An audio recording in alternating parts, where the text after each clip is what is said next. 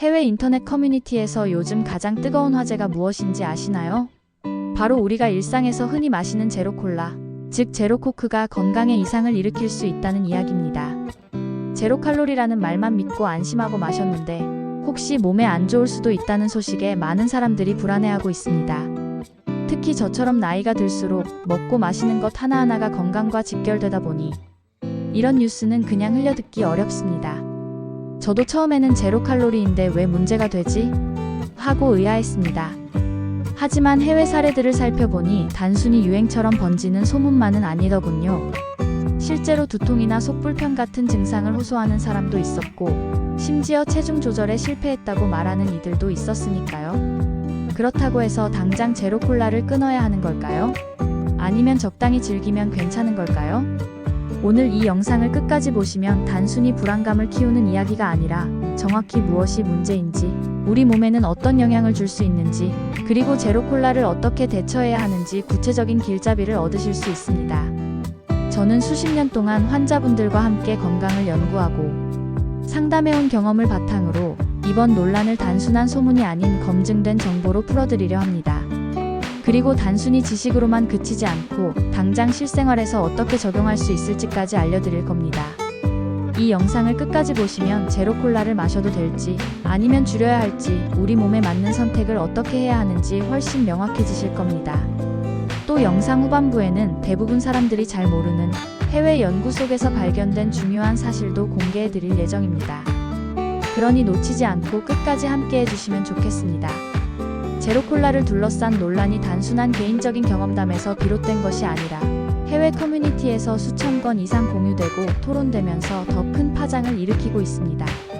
특히 미국과 유럽의 온라인 공간에서는 제로콜라를 마시고 두통이 심해졌다, 배에 가스가 차는 느낌이 계속된다, 오히려 체중이 늘었다 같은 체험담이 눈에 띄게 많아졌습니다. 이런 이야기가 빠르게 확산된 이유는 사람들이 건강 문제에 민감해진 요즘 세상 분위기와 맞물려 있기 때문이죠. 그렇다고 해서 이런 사례들이 곧바로 과학적 사실을 증명하는 건 아닙니다. 예를 들어 두통은 수면 부족이나 스트레스, 다른 음식에서도 쉽게 나타날 수 있는 증상입니다. 하지만 사람들은 특정 시점에 제로콜라를 마신 후 두통이 왔다면 그 원인을 음료 자체에 돌리게 됩니다. 이는 연결된 것 같지만 실제로는 우연일 수 있는 상황을 잘 보여주는 예라고 할 수 있습니다. 쉽게 말하면 닭이 먼저냐 달걀이 먼저냐처럼 원인을 단정짓기 어려운 문제라는 거죠. 그럼에도 불구하고 해외 커뮤니티에서 제로콜라 이상설이 힘을 얻은 이유는 반복되는 비슷한 경험담 때문입니다.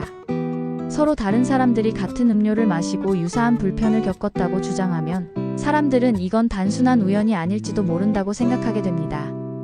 이런 방식으로 불안이 증폭되면서 어느 순간 하나의 사회적 이슈로 자리 잡게 된 겁니다.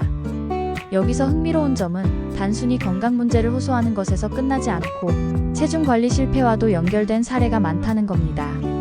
칼로리가 없으니까 안심하고 마셨는데 오히려 식욕이 더 당겨서 과식하게 됐다는 이야기는 많은 사람들의 공감을 얻었습니다. 실제로 온라인에는 제로콜라를 마시면 배가 더 고파진다는 글들이 꾸준히 올라오고 있는데 이 또한 논란을 키운 중요한 배경입니다. 이쯤에서 궁금해지는 것이 있죠. 왜 사람들은 제로콜라가 건강에 문제를 일으킨다고 믿게 된 걸까요? 단순히 심리적인 착각일까요? 아니면 실제 성분이 우리 몸에 어떤 영향을 주는 걸까요? 여기서 중요한 단서가 바로 제로콜라에 들어있는 성분, 특히 아스파탐이라는 인공 감미료입니다. 많은 논란이 이 성분을 중심으로 모이고 있기 때문에 이제부터는 그 정체와 실제로 우리 몸에서 어떻게 작용하는지를 살펴볼 필요가 있습니다. 제로콜라를 둘러싼 여러 의혹의 중심에는 바로 아스파탐이라는 성분이 있습니다. 아스파탐은 인공 감미료, 즉 설탕 대신 단맛을 내기 위해 만든 물질입니다. 설탕보다 수백 배나 강한 단맛을 내지만 칼로리는 거의 없다는 점 때문에 수십 년 전부터 다이어트 음료에 널리 쓰이고 있습니다. 제로콜라뿐 아니라 다이어트 사이다, 무설탕껌, 심지어 저칼로리 요거트에도 들어가죠. 우리 몸속에서 아스파탐은 소화 과정에서 세 가지 물질로 분해됩니다. 바로 아스파르트산, 페닐알라닌, 그리고 아주 소량의 메탄올입니다. 여기서 낯설게 들리는 이름 때문에 불안해하는 분들이 많습니다. 하지만 사실 아스파르트산과 페닐알라닌은 우리가 평소 단백질 음식을 먹을 때도 자연스럽게 섭취하는 아미노산입니다. 메탄올 역시 독성 물질이라는 이미지가 강하지만 과일이나 채소에도 소량 들어있는 성분입니다. 즉, 우리 몸이 원래 접해왔던 물질들이라는 거죠. 문제는 양입니다. 예를 들어 사과 한 개를 먹으면 메탄올이 20mg 이상 나오지만 제로콜라 한 캔에 들어있는 아스파탐에서 생성되는 메탄올은 그보다 훨씬 적습니다. 그런데 사람들은 메탄올 독극물이라는 단편적인 지식만 떠올리다 보니 불안이 커진 겁니다. 쉽게 말해서 햇볕을 조금 쬐는 건 건강에 좋지만 사막 한가운데에서 며칠씩 햇볕만 받으면 해롭듯이 모든 건 양과 상황에 따라 달라지는 겁니다. 아스파탐 외에도 제로콜라에는 카페인, 인산, 인공향 같은 성분들이 들어있습니다. 카페인은 커피에 들어있는 그 카페인과 동일해서 각성 효과를 주지만 민감한 분들에게는 두근거림이나 불면을 유발할 수 있습니다. 인산은 음료의 산뜻한 맛을 내는 데 쓰이는데 지나치게 많이 섭취하면 뼈 건강에 영향을 줄 수 있다는 우려가 있습니다. 인공향은 콜라 특유의 맛을 만들어내는 조합인데 아직까지 이 부분에 대해서는 큰 건강 논란이 확인된 바는 없습니다.